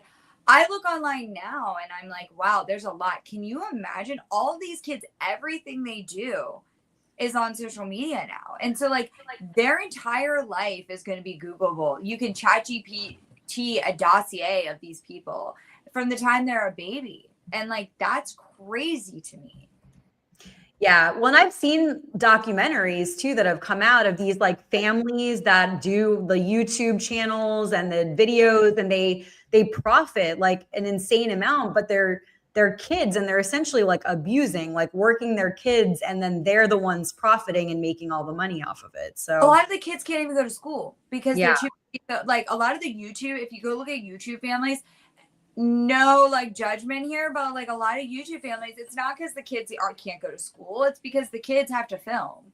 Yeah. And so yeah, they live in these big houses and probably have a lot of cool toys, but at the end of the day, like when they look back, they never did they agree to all this. I think there's going to eventually, not anytime soon, there will be something that comes of all of the content that's created and rules around it for parents with kids. I actually just checked out. I did a dossier of myself in AI. I'm not liking what came up. I'll tell you that. What's it say? I'm not even reading it. Okay. No, it's actually pretty accurate. Oh, this one isn't. That's bullshit. Yeah, whatever. It's got my Southern Poverty Law Center designation. Yeah, this is pretty funny. Everyone should do this for themselves. See what comes up. Sorry, my ADD just kicked in real hard. No, you're right there. fine. I was just thinking of it because it's so funny to think that these kids are like out there and, you know, the parents teach them to say something really funny on, you know, on camera. Okay, sure. But then you have all of these people doing it. Kevin's really doing a deep dive. Yo, hold on a minute. Hold on a minute. This is not. In 2009, Smith pressured Litchfield School Board to remove David's essay, "I Like Guys," from the high school curriculum because it was pro-gay. In 2009, I was a freshman. I was 19. I didn't do that. And it's all right. I can't believe you actually just did what I said. I was only giving like an idea. Yeah, you can do it. I literally Googled, write me a dossier of Kevin Smith and the Loud Majority. And it's pretty accurate. Well, so yeah, going back to sort of just all of this is key things that we're seeing and changes, and a lot of, you know, cause for concern, and basically how is it impacting all of us, our mental health? Does, you know, instant availability to this stuff change how society processes violence is an interesting question. And then just like so many people I've had conversations with, right? Like a lot of these people we're talking about, like, I mean, all of us included, like who go out there and do things like Kevin, you know, all this like on the grounds, like events, Brandon Straka, and like people who are, you know, out there on the ground, like at these events, you know, are there, you know, definitely an increase in safety concerns and security and conversations about that at events. And I just feel like it's, you know, this was a year where I think more than ever, it's been on our minds, and people have needed to take like social media breaks and just like take breaks for a while. So I just feel like that was such a big part of so many conversations that I had with people. I don't know how you guys are feeling about it. I think there was first of all, I always say this about security concerns and whatnot, that like I think security is something you feel that isn't really real. Like, how secure can you actually be? They killed Charlie Kirk. They took a shot at the president. So how well am I doing if I'm going out there doing this stuff? But you know, it's something you think about. You think about it all the time when you go out. I was talking about it on the last show we were on. When I spoke at Stony Brook, I thought about it. Mm-hmm. You know, and I'm a nobody. And I'm in my hometown. Like, you know, I'm friends with the police chief. So it's not like I'm at some random university in bumblefuck New York. Like, you know, it's something you think about. But that's also why I always say, like, you know, we're all sitting here and we're all out here talking. When all these random people come threatening us, making these horrible comments online, I think anonymous accounts, it's all bullshit. But at the same time, it's just an added stressor that we all have to think about. And I always like try to remind myself when I want to say something like really harsh back to someone, like they're dealing with a lot too. We're all putting our opinions out there. And if you have an anonymous account, like, good for you. But for all the people who don't, even if you only have 1,000 followers, but you're out there stating your opinion, 100 followers, and you're out there putting your face, your name out there, good for you for having the courage, because a lot of people are cowards and they don't. And people aren't even cowards. They're afraid of their job, lose their job, their family, whatever. I mean, I get hundreds of emails and DMs, like, I'll be posting about something. They'll be like, here's more of this. Like, I can't post it, but you can. And it's like, yeah, it's sad. I also think that people that have anonymous accounts, like, they bother the shit out of me on a serious level. Like, I have friends that have anonymous accounts, people that I genuinely like, as humans. But, like, if you're an anonymous account doing, like, news shit, like Roz Alerts, okay, that's a good example. He's got a giant account, posts news stuff all day long. I have less of a problem with that than, like, the people who attempt to influence, like, to be an influencer, so to speak, and they do it with an anonymous account. Like, bro, show your face. Like, who are you? It bothers me because, like, and then, like, oh, you're doxing me if you post my picture. And I'm like, dude, you're on the internet, bro. Like, doxing is like your address and your phone number. It's not like we posted a picture together. And so I think that, there's a lot of gray lines in social media that I think we haven't yet worked out yet, which is a problem considering we're never going back. Well, and the people we've made famous is pretty incredible too. Like, I'm one to blame as well, but I mean, Kardashians are a great example. I mean, they look at who they are. They've become famous based on the media and social media for sure. But yeah, we continue to make stupid people more famous. One bit of media in particular. not that I've, I read that in a book somewhere. Not that I don't even know what I'm talking about now. But no, it's no, you're right. We definitely elevate stupid people in this country. And in our world, there are a lot of people, and I'm sure I'll get in trouble for this one. I'm just asking questions crowd. The people that get 2 million followers because they're like, okay, person says thing A. Now I'm going to, no matter what it is, go to thing B. It doesn't matter if Epstein or Israel or Charlie or whatever the flavor of the week happens to be. Whatever the prevailing narrative is, they do the opposite. They hated Joe Biden and the Democrats. Now they hate Donald Trump and the Republicans. In 4 years, they'll hate Democrats again. And they'll just make an entire career off of, like, being contrarians. They stand for nothing. They believe in nothing. And that shit bothers me on a very serious level because it is not hard to complain. It is hard to win and hard to govern. And, look, Fox News wouldn't be what it is without bitching about Obama for 8 years. MSNBC and CNN would be dead right now without Trump because all they do is bitch and bitch and bitch and bitch and complain. And there's a lot of people on the internet who have made their careers off doing just that. And it's a bit frustrating. That frustrates me too. That's such a good point because that's something that I get criticism from like my liberal friends, by having these conversations. It's like, well, do you like, they just want me to, like, stand on a rock and, like, yell at people or, like, just be like, and so like you saying that it's not hard to complain. Like, there's so much of that. Like, I have friends that are just, like, so angry and they just want to, like, yell at Trump on the TV. They just want to, like, and they want me to yell at everyone else that they don't agree with.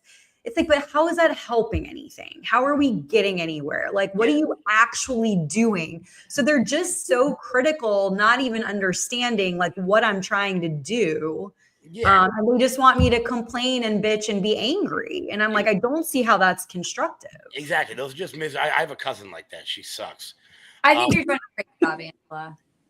Thank you. You're so sweet. No, but you know what it is that, like, if you have a strongly held belief about one particular topic, that's not going to change. Like, here we go. I don't believe in free trade. I don't. I think free trade has been bullshit for a long time, put in place by people in the chambers of commerce so that billionaires can get cheap labor and Americans can smile when they go to the dollar store. right now there are many neocons in power still who believe in that. There are people out there like Lindsey Graham who can only get an erection when we're bombing something. Like, I don't believe in that. I don't care if we're in power or we're not in power. I believe in tariffs. I believe in protectionism. I'm an isolationist. If you're in Winnipeg or you're in Mexico City, I don't give a shit at all. And that's going to be what I feel no matter who's in power, no matter what they're doing. But there's some people that just like, they stick their, like, people like Kamala Harris stick their finger in the air and go which way the wind is blowing. A lot of people on social media stick their finger in the air and go the opposite of the way the wind is blowing, no matter what. That's how you get people out there like Candace, who made a career out of being a contrarian and now has lost Alex Jones in the conspiracy realm. Like, I love Alex to death. He's my doppelganger. He's incredibly handsome. But it's just the fact that, like, I bet you didn't realize that till I said it, Maddie, right? Yeah. Black Hawk helicopters have been spotted. Everything's different now. But there's some people like Candace who, it's like, are just taking the opposite opinion because that's how they got famous. And it does frustrate me on a very serious level. Very modest too, says Joe. Yes. Alex and I, both 10s. NYC 10s. And we all please. NYC 10s. We are like DC 40s. Well, I hope that the one thing I will say is that our party, we need to be careful because I think censorship is a problem, and I think that as much as the left did it to us, I am seeing the right starting to censor, and I think we're going to really regret it if we keep going down this road of censoring different platforms. Don't want to let certain narratives go on that. I think it's a really bad thing because I think it's going to come right back. I don't care what the stance is. It could be about anybody, anything. We should not censor. It should be free, fair market on social media. You want to be able to say something, go say it. Mm-hmm. Absolutely. I am a big believer in the marketplace of ideas, and that if your ideas should not be allowed to censor, and it's being censored. There's a lot of censorship happening now, and there's a lot of things that I know are going to take place, and I think we're going to have a lot of regrets looking back. I think we'll have a lot of regrets. Well, because censorship is something that is convenient when you're in power, but then when you're not, you're bitching about it. And were conservatives ever really uncensored though? Like we just got a little bit of a breath in X, and if you're smart, you can also get around some of the because the TikTok algorithms are kind of dumb, so they're easier to manipulate and they're easy to get around, in my opinion. Whereas X, it's kind of like you're guessing sometimes on what's being suppressed or whatever. But like, I don't think that conservatives were ever really cut loose. There was a little bit of little bit of relief when Trump was shot, and like a lot of conservative accounts grew then on X or whatever, and Elon kind of jumped on the Conservatives table. can't even go back to YouTube. A lot of people who lost their YouTube accounts cannot just go back to YouTube. Right. Yeah. That's crazy. Like, what? I'm just going to put this into perspective, okay? So I've had my YouTube and my Rumble for pretty much the same amount of time, since like 2021, I would say. I have 3,500 followers on YouTube. I have 120,000 on Rumble. I'm doing the same show every day. Nothing is new. And it's just because YouTube doesn't show it. But, they can take down certain episodes of random people. They can, I think there was a story a couple years ago of some like car guy who he like fixed cars and got booted off of YouTube because he was talking about changing his tranny. And like the algorithm picked up and you can't say that. And it was like, it was wild. Or Megan Murphy, she got Megan Murphy, I think her name is. She's like a Canadian feminist. She got banned from Twitter for saying men aren't women. I think the censorship on the right was so bad that now we are just so happy to be able to be heard anywhere that we don't notice that it actually does, that we're like, yep, like the censorship was a 10, so now we're saying daddy thank you that it's at a 9. Right. And yeah, exactly. I think that's what it is that yep. I mean, look, if you want, you can go to Blue Sky. and you can Yeah, yell. and you'll get banned within a day. Like it But the doesn't only take problem is when you have censorship like this on certain platforms, what happens is those platforms become an echo chamber. And echo chambers are exactly how the left became. Their party just continued to vote together. They all continue to say the same things, and then it blew up in their faces because they all believed each other's lies and the bullshit with the trannies and all. They went too far left. And if we're not careful, we're going to go really way too far right. But that's why I think it's so funny when you hear people talk about like how Twitter is right wing now, and it's like, no, it's fair. It's just that they have been so pre-programmed to think that the amount of the amount of leftists who think they're moderates because in the Overton window scale, well, I'm not Bernie Sanders. I'm not Zoran Mondani. I'm just a Democrat. And it's like, no, you're still a leftist. You're just not a far leftist. You know, the Democrats just all left Twitter. Like they're just that's what I was gonna say. They did. And so honestly, you're on Twitter and it's just like you see the same thing. You see the same people. Even if it's new people, it's all the same stories. It's all the same opinions. It honestly kind of makes X a little less fun.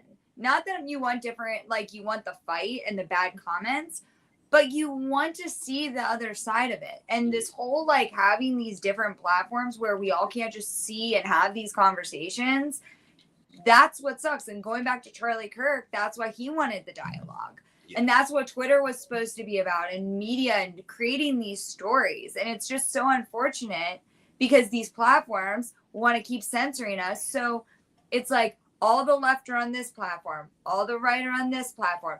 Certain people on the right go onto this platform. Certain people on the right go here. All the fashion and like it to know it girls are on Instagram. You just you know where to go if you want certain things. And it's just very unfortunate because we're losing out on actually having a dialogue and really understanding each other. I feel like a lot of the sub platforms really died. Truth Social and Blue Sky, and remember when they tried to make Threads a thing? That was cute for 10 minutes. For some reason, we all got signed up for it, even though nobody asked to be. It was like when U2 put that album on your phone, even though you didn't ask them to do it. But I feel like there's still the main ones. There's Twitter, there's Facebook, there's Instagram. If you buy a TikTok, if you a housewife, you have Pinterest. That way you could make your home decor never look like the photo, ever. But you could try, but it's never going to work out that way. This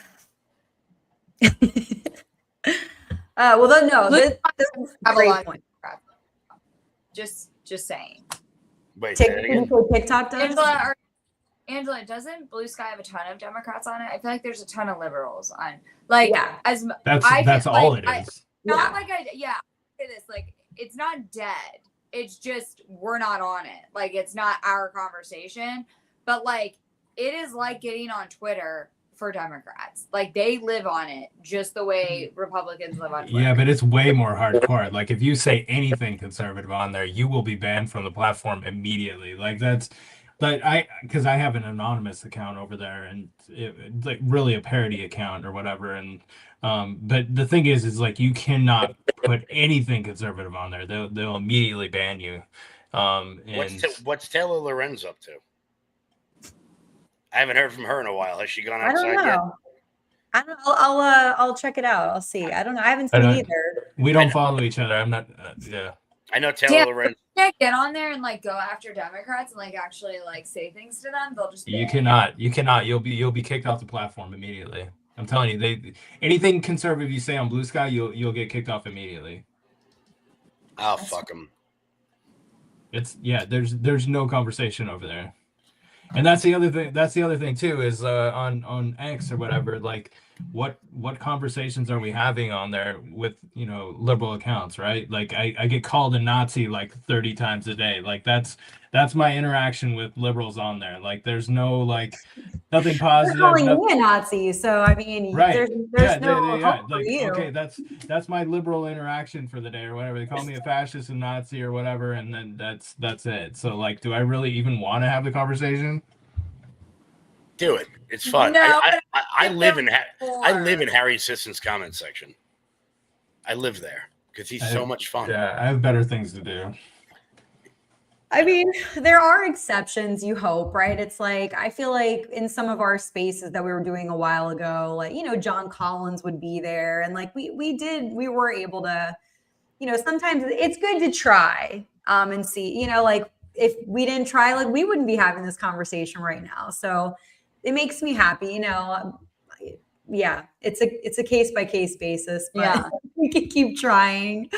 I think, our intentions are good and we're in the right place. And I think there's more people that are feeling this way right now, so. Well, it has to do with emotional maturity too. Like there's a lot of emotionally immature people on there that just can't handle having a conversation, can't can't think through the other side, can't challenge ideas or anything like that. They're just really bought in on it, and they're gonna throw a fit if you say anything else about it. So I don't But a lot know. of us stand for something. Like we're not afraid to speak our mind and like put our face out there and say what we believe in.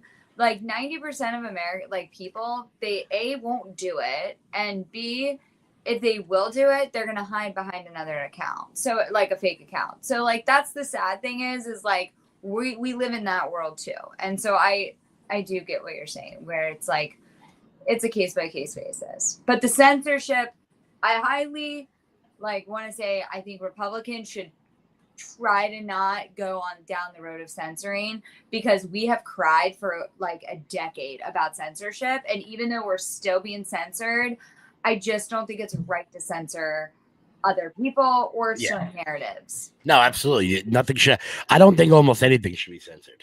Yeah. I think if it's that bad, it'll weed itself out.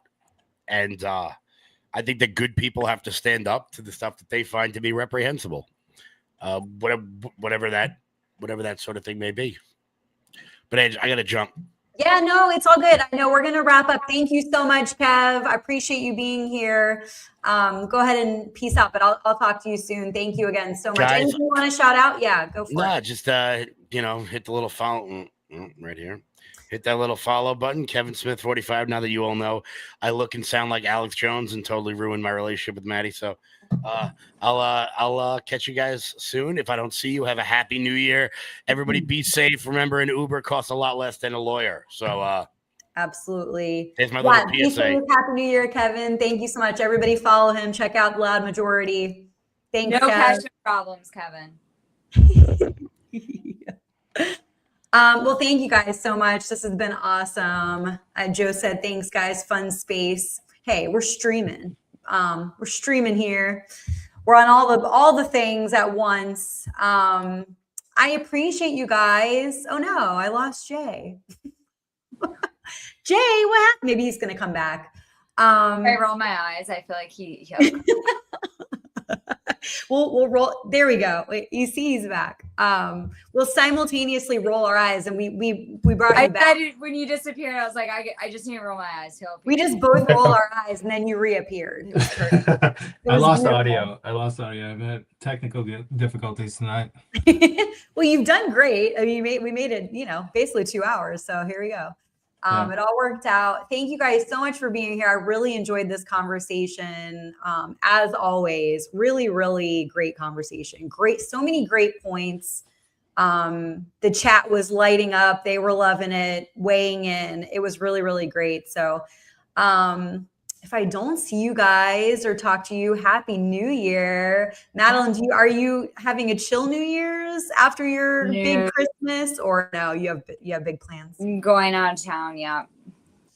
Well, I hope you have a great time. Thank you. Everybody give her a follow. Madeline, anything you want to shout out? No. See everybody really soon, hopefully in the next new year.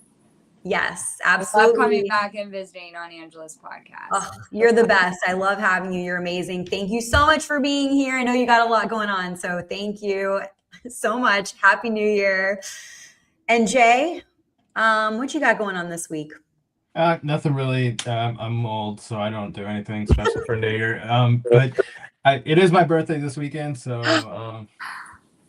Happy Happy birthday. Yeah, so be my birthday, so hopefully have fun that night. But yeah, no shows this week. Next week I got Fighter Pilot on there to talk some war stuff, but other than that, nothing crazy. So follow me on YouTube, follow me on Rumble. Yes, please do. Follow them both. Yeah. Well, happy birthday, Jay. Thank Happy you. New Year's, guys. Happy New Year. Look forward to more bold voices in 2026. Thank you so much for joining. Thanks so much, guys, for being here. Any final comments, questions, anything in the chat? Go for it right now. Thank you guys so much for being here. Thank you for reposting the stream. If you haven't already, please subscribe over on YouTube if you're on there. Yeah, this has been really, really awesome. So we, kind of kicked off top news stories of 2025 tonight. I'm going to be continuing it tomorrow. So tomorrow, 7 p.m. Eastern time will be the final live stream of 2025, as far as I know. That's the plan. I don't think I'm going to be doing any more. So tomorrow we will finish talking about some headlines from 2025, some hot topics, memories, moments, and kind of wrap up that way. Maybe, some reflections, maybe some chat about what we're looking forward to in 2026. Hopes, dreams, goals. Do we do resolutions? Do we not do resolutions? How do you guys feel about it? So if you're around, would love for you to tune in, would really appreciate it, because I love interacting and chatting with you guys and getting to hear your thoughts and, feedback, questions, comments, expertise. So yeah, can't do it without you. Appreciate you always. Thank you so much, guys. So tune in, please, tomorrow for the final 2025 stream, 7 p.m. Eastern time. And I will see you then. Hope, again, everyone had a beautiful Christmas. And yeah, let's wrap up 2025 together tomorrow and talk about the future and what we're looking forward to, and kind of reflect on this past year and what it's been like for everyone. So thanks, guys, so much. Stay bold.